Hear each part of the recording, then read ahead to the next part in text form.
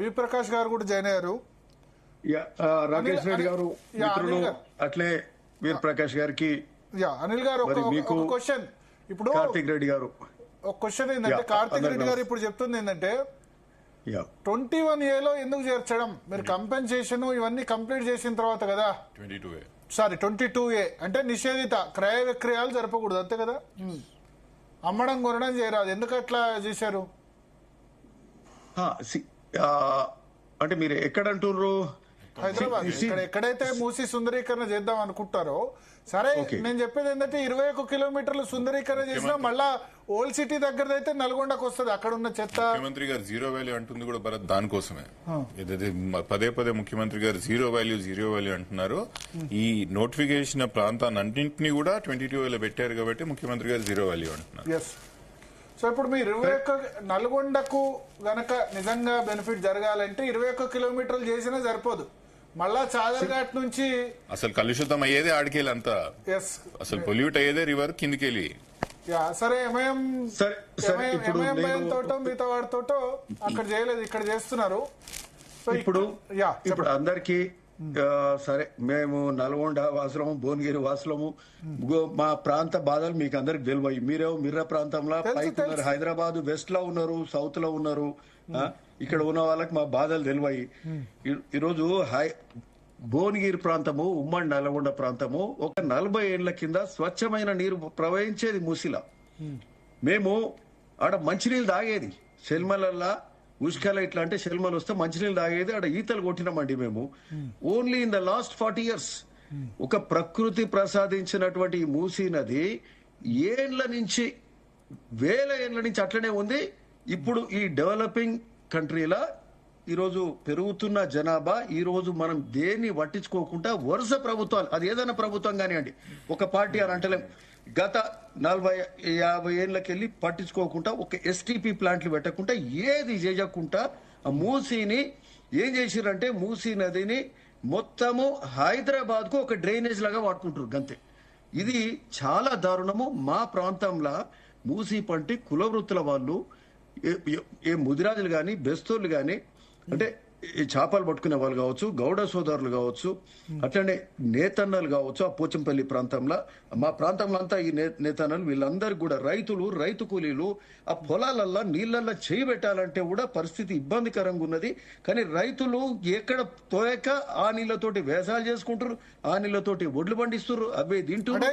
హైదరాబాద్ కలుషితమైన ఆహారం మీకు ఇక్కడ. 30-40 సంవత్సరాల క్రితం కృష్ణా గోదావరి కూడా అట్లే ఉండే. ఇప్పుడు కృష్ణా గోదావరి కూడా అదే విధంగా పొల్యూట్ అయింది. అంటే మనుషులు పెరుగుతున్న కొద్దీ అవుతుంది, కానీ మూసీ పొల్యూట్ అయినంత కాకపోవచ్చు, కానీ మిగతా నదులు కూడా పరిస్థితి అట్లే ఉన్నాయి. On Krishna and on Godavari banks, there is no such big city like Hyderabad.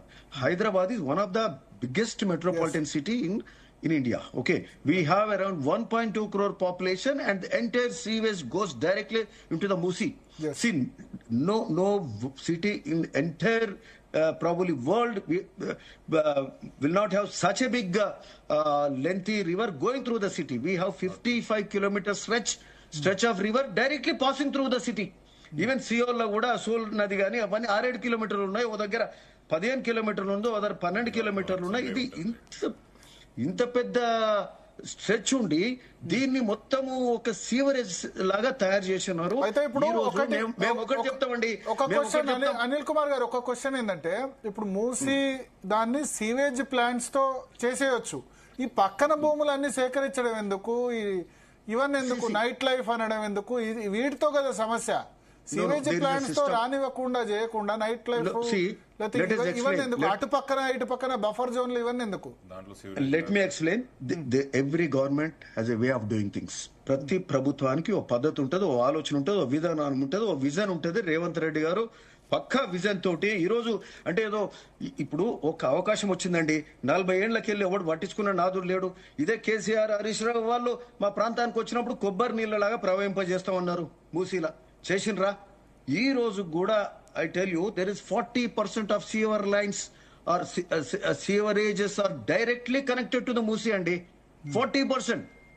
Actually, it has to go through the drain sewer lines and it has to be connected to the STP connect కావాలి కానీ direct వచ్చి ఓ drainage system అనేది లేకుండా ఈ రోజుకు 40% తక్కువ వచ్చి ముసిల పడుతుంది.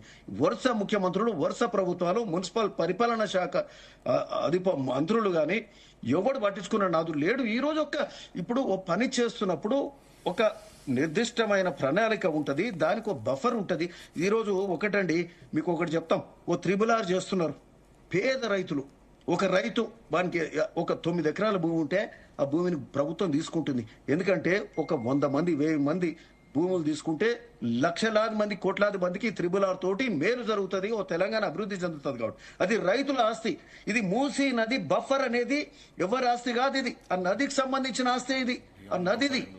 ఆ బఫర్ లా మంచిగా చేసి ఇప్పుడు ఇట్ ఈస్ ఏ ఇప్పుడు ఎట్లా ఉందంటే మల్టీ. సార్ ఇప్పుడు నేను ఒకటి అడుగుతా, ఇప్పుడు మీరు చెప్పిన రీజనల్ రింగ్ రోడ్ లో భూములు పోతాయేమో, కానీ ఇక్కడ ఇళ్లు పోతున్నాయి, వాళ్ళు ఉండే ఆవాసాలు. Sorry let me correct. రెండింటి మధ్య డిఫరెన్స్. Let me correct. భూములు అయితే సరే సగం భూములు పోతాయి, సగం మిగతా వాటి ల్యాండ్స్ రేటు పెరుగుతుంది. ఇప్పుడు అవుటర్ రింగ్ రోడ్ కి ఇచ్చిన వాళ్ళ రైతుకు భూమికి మించింది లేదు. ఉన్న భూమి అంతా కూడా కొట్టుకున్నారండి. అర్ధెకరం ఉన్నాడు, పావెకరం ఉన్నాడు, పేదోడు, దళితులు, బీసీలు, ఎస్సీలు, ఎస్టీలు అందరూ. నివాసం ఉండాలి కదా ఇక్కడ నివాసం. Let me correct. ఈడ బఫర్లకు మనం పోయినాం. ఇది నది అసెట్. బఫర్ అనేది నది అసెట్. 50 మీటర్స్ అనేది టిఆర్ఎస్ గవర్నమెంట్ లో డిసైడ్ అయింది. అంతకుముందు కాంగ్రెస్ గవర్నమెంట్ లో 2012 లో డిసైడ్ అయింది, 2016 లో మళ్ళీ డిసైడ్ అయింది. మన 50 మీటర్లనే చేస్తున్నాము. ఈ బఫర్ అనేది నదికి సంబంధించిన ప్రాంగణమే, నదికి సంబంధించిన అసెట్. బఫర్ అక్కడ పేదోడు పోయిండు. సరే, పేదోనికి ఒక మానవీయ కోణం తోటి మనం ఆలోచన చేసి వాళ్ళకు ఇంటి వసతి ఇచ్చి వాళ్ళను మళ్ళా ఓ డబుల్ బెడ్రూమ్ గానీ, ఓ ప్లాట్ ఇచ్చి గానీ, ఇల్లు ఇచ్చి గానీ వాళ్ళకు మేలు చేసే కార్యక్రమం ఈ రోజు కాంగ్రెస్ ప్రభుత్వం చేస్తున్నది.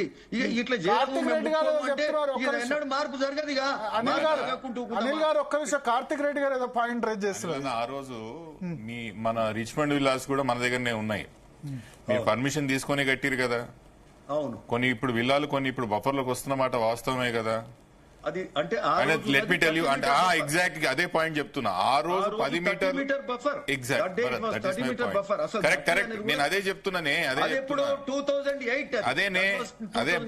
అన్నా నేను అదే చెప్తున్నా. ఆ రోజు 10 మీటర్ల ప్రొవిజన్ ఉన్నప్పుడు అది legal. 30 metre, not 10 metres, 30 metres. అది 10 మీటర్లే ఉండేనా, దాని మీదే పర్మిషన్స్ వచ్చింది. దాని తర్వాత ఇప్పుడు 30 మీటర్స్ వచ్చింది. 10 ఎప్పుడు లేదండి కార్తిక్ భాయ్. మళ్ళీ ఇప్పుడు మీరు కట్టిన విల్లాస్ హై ఫ్లడ్ లెవెల్ అనేది చూసేది. హై ఫ్లడ్ లెవెల్ వరకు చూసుకొని అందులో అది దాటినాక పర్మిషన్ ఇచ్చేది. ఇప్పుడు గవర్నమెంట్ అకామిడేషన్ మంచిగా చూపెట్టారు. ఇప్పుడు కోట్లాది మందికి మేలు చేసే కార్యక్రమానికి కొంతమందికి ఇబ్బంది అయితే వాళ్ళు కూడా మురికి కంపు పక్కకి ఎందుకు బతకాలండి? వాళ్ళకే ఉండేది ఆడ.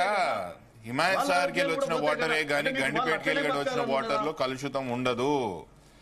కలుషితం అయ్యేది కింద మనకి కార్వాన్ కాన్స్టిట్యున్సీకి వెళ్ళి మొదలైన కాడికి వెళ్ళి గాంధీ విగ్రహం దాటిన తర్వాతనే మూసి పొల్యూట్ అవుతుంది. ఇక్కడికి వెళ్ళి వచ్చేవారు పొల్యూట్ కాదు. మనకు తెలుసు కదా ఆ విషయం. మీరు కూడా మా దగ్గర చాలా ప్రాజెక్ట్స్ చేసిరు కదా. హిమాయత్ సార్ నుంచి మన గాంధీ విగ్రహం వరకు, గాంధీ ఏదైతే ఉన్నదో ఆశ్రమం వరకు ఆడ వాటర్ మంచినే ఉంటది. ఆడ అవతల మూసా మీద కూడా వాటర్ బానే ఉంటది. పొల్యూట్ అయ్యేది కిందికి పోయిన తర్వాత. మీరు కట్టాల్సింది చేయాల్సింది కింద, పైన కాదు. Let me explain. 10 ఏళ్ల కింద మేము 2008 లో రిచ్మండ్ విల్లాస్ చేసిన రోజు ఆడ పొల్యూషన్ లేదు. ఈ రోజు పోయి చూడండి, అన్ని ప్రాజెక్ట్స్ డ్రైనేజ్ నీళ్ళన్నీ మళ్ళీ అన్ననే కలుపుతారు. ఇది కూడా గట్లనే అవుతుంది. ఇక్కడ హై డెన్సిటీ ఫ్లాట్స్ వస్తున్నాయి, విల్లాస్ వస్తున్నాయి. ఇది అదే ప్రాంతం అవుతుంది. ఇంకోటి, మనం ఏడనో దగ్గర మొదలు పెట్టాలి, ఏడనో తాన చేయాలి.